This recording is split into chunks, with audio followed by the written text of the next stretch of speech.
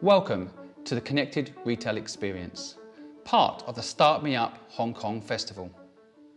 Today's session is driven by data, but powered by people. My guest is entrepreneur Joanna Dai. She is the founder of the innovative womenswear brand Dai, based in London with global ambitions. So Joanna, welcome. Thank you. It's so nice being here. It's wonderful to have you. Well, why don't you tell our audience a little bit about you? So I started my career in investment banking. I did that for 8 years in New York and London. And I always loved to look and dress smart, but because I was working 14, 16 hours a day, running around the trading floor, traveling a lot, I felt that the work clothes didn't keep up with me. They didn't really perform. And it hit me one day, the eureka moment was, I had a 4 a.m. cab pickup, a day of meetings in Stockholm, and then when I boarded the really late flight coming back, I was sitting in my seat exhausted, and then I just thought everything I was wearing felt really uncomfortable. My waistband was digging in, my blazer, like I couldn't move my arms, and in that moment I wish I were in my yoga clothes. And so I thought to myself, could this feel like yoga and still look like a power suit? And imagine all the times like we needed our focus the most to deliver our best performance. I want to build a world where clothes didn't restrict us, but rather empowered us to give our best performance, to do what we need to do in the moment that we need it the most. And so that was the sort of genesis for the idea of the brand. And that was over 3 years ago. I ended up taking a full break from investment banking. I enrolled in London College of Fashion for design and pattern cutting, did a 3-month unpaid internship with my wedding dress designer in London, and started researching fabrics, testing over 60 different performance fabrics, and ultimately launching the first collection 3 years ago. That was made out of basically yoga feeling, like actual performance fabrics, but tailored with some of the best product people, designers in London. So you launched your business initially in London. Yes. Did you find it hard to break into the fashion industry? How did it feel? It felt really foreign in the beginning. I didn't come from fashion, obviously. I knew finance, and so I felt that that internship provided the first sort of real world environment in a fashion business, and the first network I had in fashion, meeting people who were pattern cutters and production people and wholesale directors and retail people, and starting to go from there and figuring out and navigating the new industry I was going into. But once I was in it, I think I was able to figure it out. It's so much also about networking and getting out there and meeting people, and then people buying into your story and wanting to help you in those early days. The theme of this panel is partly around data. When you launched your business, traditional retail outlet, I know you have a retail outlet, but how did you develop the business? What was your strategy?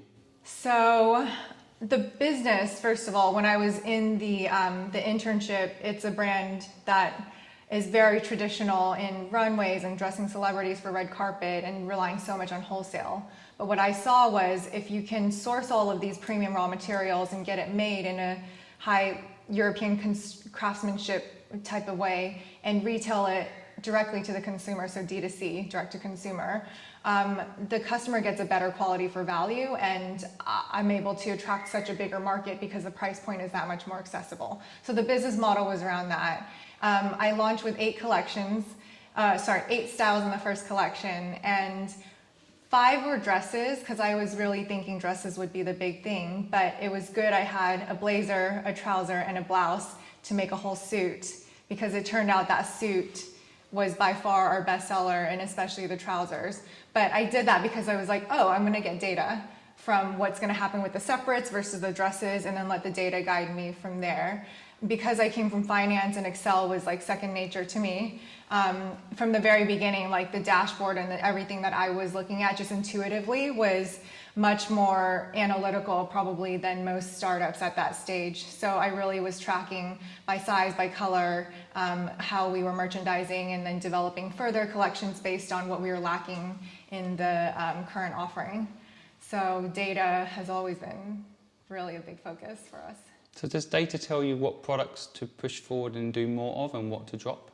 So the data will tell you what to drop and what to do more of. Also the initial purchase, so it's like always relative to how much you buy initially. But then the next level is really listening to your customers or seeing why some things are getting returned, if it's small design tweaks that we can make to really make that a better performer. And I know on our best-selling trousers, we probably prototyped it 15 times by now. It's on the 15th iteration. And so it's using data, and then it's using the fine art of customer feedback and everything else that you're getting from the outside world about your products. So you've been going now 3 years. Yes. And what's your feeling on the next 5, 10 years in the retail space? So I think, so for my space in particular, which is dressing for the professional woman, I think coming out of lockdown especially, the intersection of work and leisure and everything in between is going to be more prominent than ever. Now how we're thinking about design is every single piece that we're designing is for a day that could be in the office but also from home, could be with drinks after work or client meetings or taking the kids to school or doing the pickup or going to the grocery store or wearing it on the weekend for a night out. Like, we need to think much more versatilely about all our designs and make sure that from a design perspective, it's really still being even more, working even harder as products for our customers. In terms of retail for the next 5 to 10 years, I mean, we've had this whole direct-to-consumer growth spurt over the last maybe 5, 8, 10 years, past decade. And I think so much more prominent going into this decade now is omnichannel. You can't just solely rely on one channel and acquire customers through only paying for Facebook and Instagram ads. It has to be, you know, we've seen great brand awareness through our pop-up at Spitalfields Market, which is really central in London and has access to all the city bankers and lawyers and consultants. That's driven so much awareness for us. In addition to, we're now looking at our first wholesale partners, because if they already have the platform, there's a sense of credibility and validation, and that customer then discovers you, loves you, and comes directly to you. Community engagement has been huge for us. So before the lockdown, we were doing tons of career events, engaging with our customers directly through Body Shape or personal brand through our store. And we've done a bit of that online in the virtual space in the lockdown, but I think that's going to continue to be an engagement point. And also sustainability is the huge one. It's something that I think no one can ignore at this point. If you're a brand or a company in the apparel or consumer space in general, you have to evaluate how you're looking at being environmentally responsible and also socially responsible for everything that you're doing and creating. But for us, I'd like to think that we're really on the forefront of all of that in terms of the fabrics and fibers we're evaluating today for commercial viability that are just coming out to the market, thinking about fabrics that are from nature and going to be biodegradable, or if they are synthetics, and how can we repurpose that in a second life in technology that breaks down the fibers and reuses them again, regenerated recycled fibers. I could keep going on and on about sustainability. That's fascinating. But yeah, I think that's got to be the next 5, 10, 20, 30, forever years. How do you see technology playing a role in fashion going forward? So I think technology has already played such a huge role in fashion. You know, something that some of the investors I speak to say is it's never been easier to start a brand, because you have platforms like Shopify and Instagram that build your e-commerce engine and then build your brand awareness, and anyone can do it. So I think already in a way technology and e-commerce is to that point.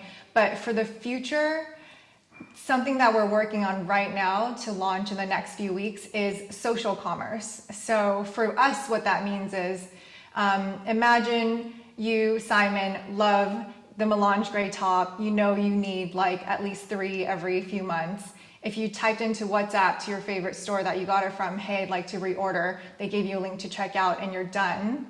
Or you just had a chat with them, hey, what's the new feature in this? And they told you what it was in one quick, pre-automated message. Then it transforms your relationship rather than going on a website, even on mobile, and still clicking through all the buttons and doing a checkout process. So we're integrating WhatsApp into our online platform in July, and we're really excited to be one of the first companies to pilot it with the software service that is launching it right now. So do you see this kind of instant access to products as the future of tech? What about tech in clothing itself? So that's an interesting one. I think, first of all, clothing has to be really functional, and having things like the convenient pocket for a woman to put her credit card, smartphone, to go downstairs, run and get a coffee instead of her whole tote bag. That is very practical function that's already, everyone can adapt to. What I've seen with sort of paying attention to what's happening in wearable tech is that the user adaptability today is still quite low. Is it really serving and solving that immediate need that you need to be on your body? I think a watch is different because it's something that's been wearable tech since the watch was invented.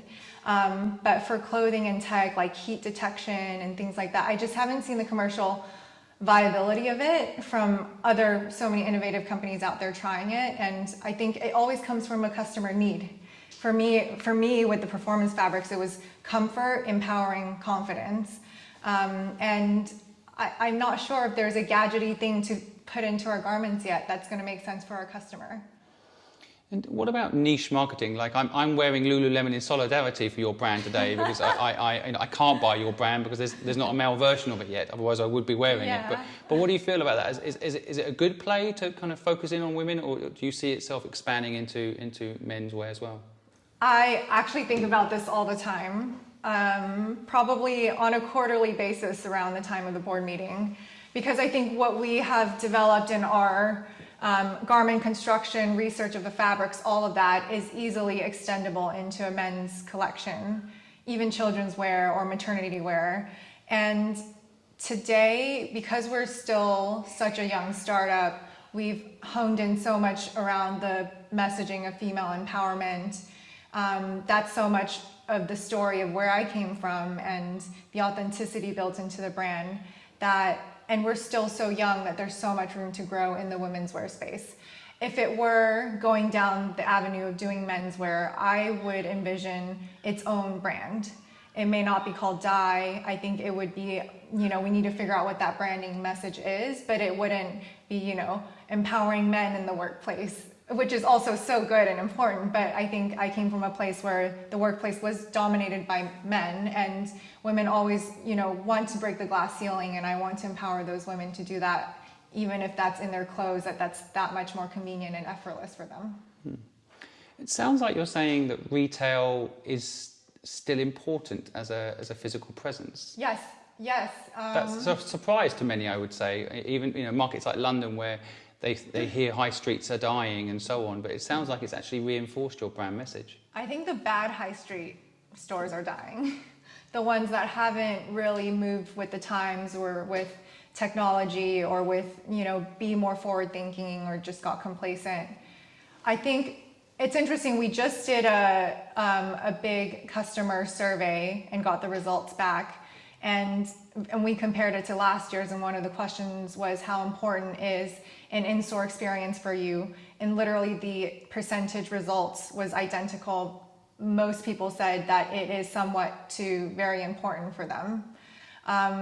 Whether that means having the brand's own store versus a department store, department store scored very low, but having a brand's own physical presence, that type of thing is still important. And if you look at the lockdown, for example, I think people are actually excited to go back into their favorite shops or cafes or restaurants. And I think for us, the way we look at retail strategy is, and maybe because I'm a startup, but if we're paying rent for that space, we better use the full extent of our time in that space. So with every pop-up that we've done, and we call them performance space, it is a place for both showing the performance of the clothes, through installations, through plaques that educate you on what it's made of or the process or the ethics behind it.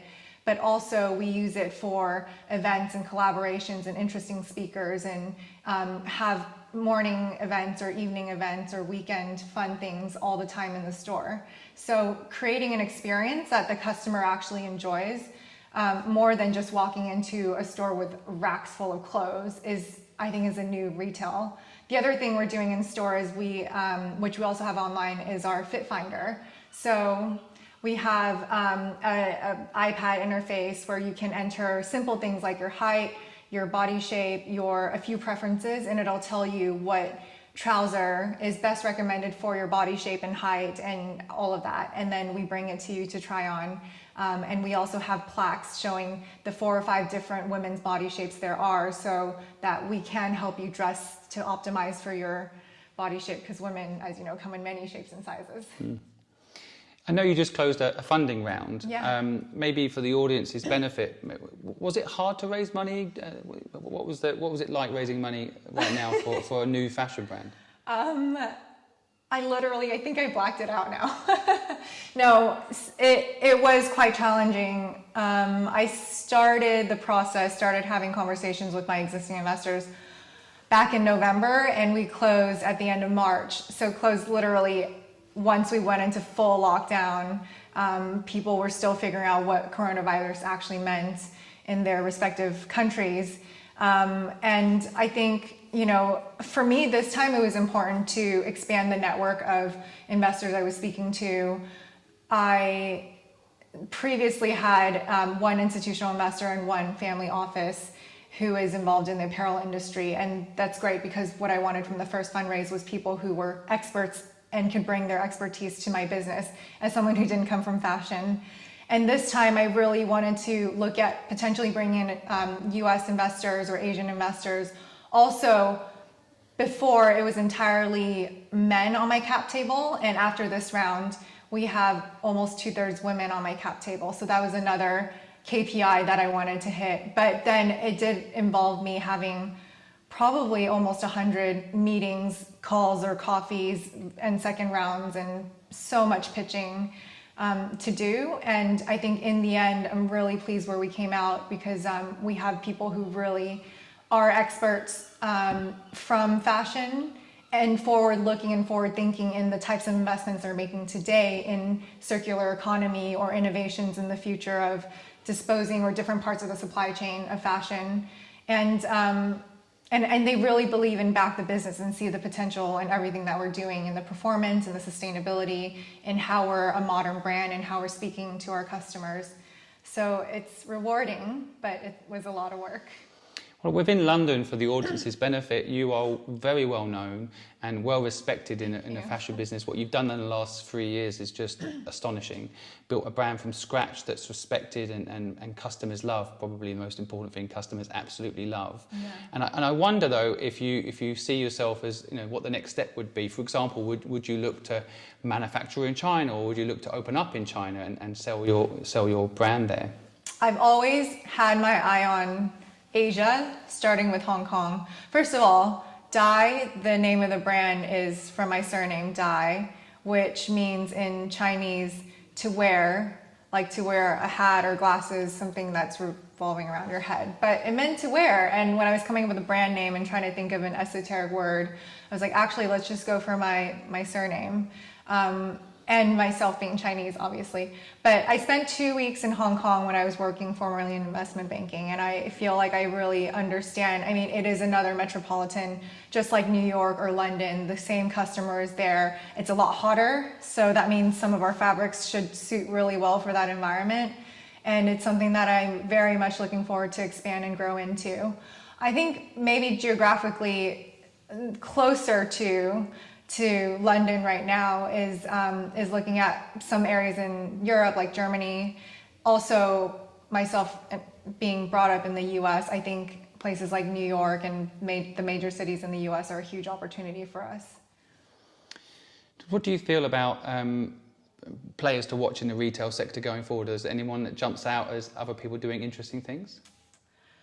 So I always thought, and especially going on this journey and really diving into the apparel space, I've always liked what Everlane's done and stood for in terms of the message on transparency, how they thought about, say, a business like Gap and how they're disrupting that by still everyday elevated basics and classics, but turning the business model, the message, the voice, everything to be a much more relatable to a millennial or Gen Z customer.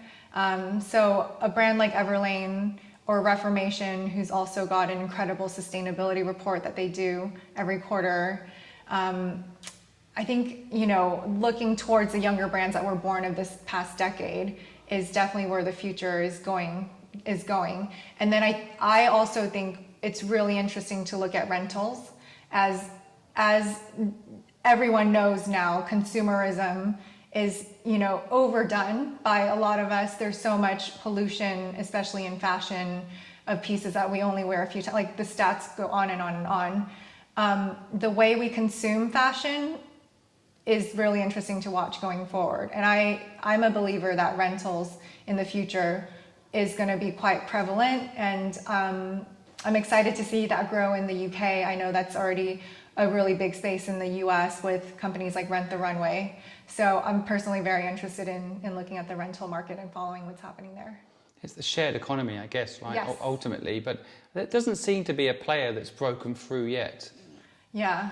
In London, not yet. I think there's quite a few that are in the very early stages and starting to come up the ranks. But, maybe it is a user adoption question or a convenience thing here. I just know in the US, many friends use Rent the Runway and it's so seamless for them. So if that can exist, then, they just have to figure out the formula to make it work here. I mean, in markets like Hong Kong, recycling or reusing expensive handbags, people have them for a week or two or a month or two, and then they resell them back into the market, and people buy them. Yeah, so. I mean, I'm also a huge fan of Vestiaire Collective. That's, I think, born out of France, maybe Paris. But I've bought several things off of there, and everything's still beautiful and great quality. So it is really prolonging the life of that and not letting it sit in someone's closet or just go to waste. I think one of the things I've observed about what your brand's doing that's really fascinating and our audience might find it interesting is the community piece you mentioned earlier. These events that you do around your customers, for your customers. Maybe you could talk a little bit about that. Yeah. Initially, it was a bit of trial and error. I think we curated events also based on, the first pop-up was in New York, and because myself and our store person weren't from New York, but we both lived in New York before, we kind of asked around friends who had startups. So we had a really cool, sustainable matcha drinks, matcha made into cocktails event, or a flower making event, because that was someone else that we knew that was local.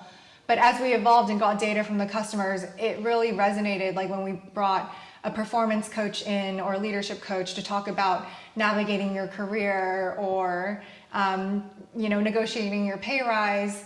Those were topics that women literally came in who were Dai customers or not, and they would be like, I'm really interested to hear this talk. I really need this right now. And then we were just learning and iterating over time what sorts of events, the frequency of our events worked best. And then also it gives it's a platform to also collaborate with like-minded brands. Over Christmas, we had 6 or 7 different brands that had some sustainable or ethical element to their business that we brought in and did a lot of cool creative things with. And it's great to bring that community together. I think it's a unique thing that I guess during lockdown as well, in a way, like I think you mentioned it, it's easier to grow that community engagement. People have a little bit more time to jump on Zoom. It's fascinating. I think usually with Eventbrite in an in-person event, we might see 25 to 40% of the people not show up. And on Eventbrite or on Zoom during the lockdown, we had 90% people turn out to the Zoom call. So it was actually easier. Well, especially in a city like London, getting across London could take a couple of hours, right? And if you're busy, it's raining, or you don't go, right? So there's a whole additional piece there, isn't it? And to me, that's the hardware and software working together. You've got the product and then that kind of community piece, which is really, I think, one of the things that makes your brand very unique. I envision it as, how great would it be if a customer loved our product, but also, could share with her colleagues or friends at the next drinks or dinner, being like, I just went to a great event from Dai, and we talked about this, and I thought this was really interesting, and shared it around the table to help other people. Like that's a better relationship, an emotional relationship with your customer, rather than something that's just purely product based. Something that one of our investors says is that the future of brands is not buying the products, but buying into the brands. So I think that's true. And on that subject, I mean, going back a step to sustainability for a moment, I feel like a lot of retail businesses talk to sustainability, but how do you ensure that your authenticity is there in that subject for customers to really believe it, for example, or really know the impact buying from you versus another brand will make? I think for customers, it's so hard to know, because now a lot of brands and companies through marketing are greenwashing or doing the one thing, but 99.9% of the rest of their supply chain is not that. And for the older companies, it's so difficult it can't happen overnight. It's got to be piece by piece. But how does a consumer know? I think they have to ask the questions and probe deeper than what's on the surface level. Like, what are they actually doing? Can they provide the stats? Can they show, behind the scenes or verification or signatures, what's more to it?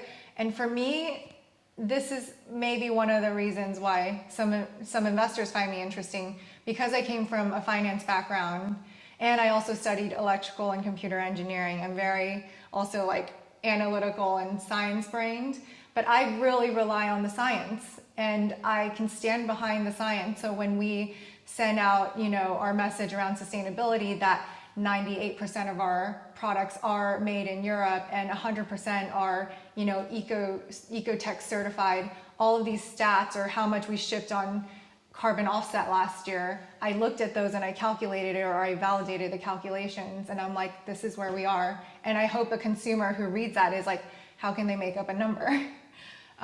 Whereas, other brands that maybe just put one thing out there that they've done like we have, our packaging is made from recycled cardboard, then great, what else are you doing? What is everything else in your business looking like? Do you pay the London living wage to your interns? Like, those are the questions that should be asked. Well, Joanna, thank you so much for sharing your knowledge. I could personally listen to your insights and story all day long. We only have half an hour with the audience today, but I want to thank you for your time, for sharing your insights. And if anyone has any questions of Joanna, then feel free to ask on social media. Great. Thank you, Simon, for having me. It's lovely to be here.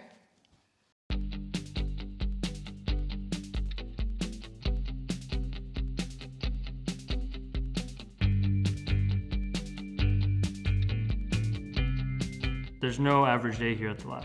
What you're going to see on a day-to-day basis is people doing research, people connecting to startups, understanding what the signals of change are, not from just a secondary research perspective, but understanding what entrepreneurs are actually doing in the space that's different.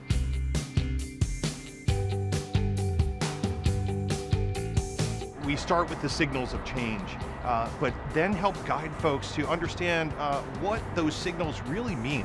What are the ones they need to pay attention to? And by signals, we mean things like, how are people changing, their behaviors, their motivations, what they're doing with technology, how they're shopping, how they're buying different things, what they're driving. We also take a deep look at technology, what's trending with emerging technology. And one of the things we're really looking forward to trying to do in the work we do is find those things we're not aware of and push past what we think is where the boundaries are of that information. We bounce around between different industries, we focus on different client challenges. We're fact hounds. We go look for facts that matter most, so we go look for a lot of data. We look at models, and that includes people data, technology, a lot around the investment landscape, the flow of funds. You're often tackling problems that haven't been defined. You're looking for, answers that no one has found yet and trying to kind of create new opportunities. In a world of exponential and infinite answers and questions and infinite amounts of information, you need a whole different way of thinking. Because in reality, we need strategists, we need, deal advisory people, we need people who understand data science and neural networks and cognitive, being able to come and solve these problems. The Innovation Lab isn't about one person or one person's methodology. This is about getting a whole team of people, that village together to be able to do it. When the client comes to the session, there's days, months, weeks of preparation that goes into before it. I think sitting in a room with a client for 2 days and just going deep into a particular challenge they're going through is really powerful. It creates for some incredible conversations, and it enables us to really help our clients in a different way than perhaps we were able to do in the past. Being able to be part of the KPMG Innovation Lab and have the kinds of conversations we get to have with our clients and through our account teams is really unique. What we do in the lab is we start to unpack business issues and look at the broader narrative that organizations really need to be considering for their strategies. It's really great when we can help them figure out a way to make all that work, to have the tough, important conversations that they need to have. Defining impacts on a business and then finally road mapping to action. That's probably the most exciting part of the work we do in the lab.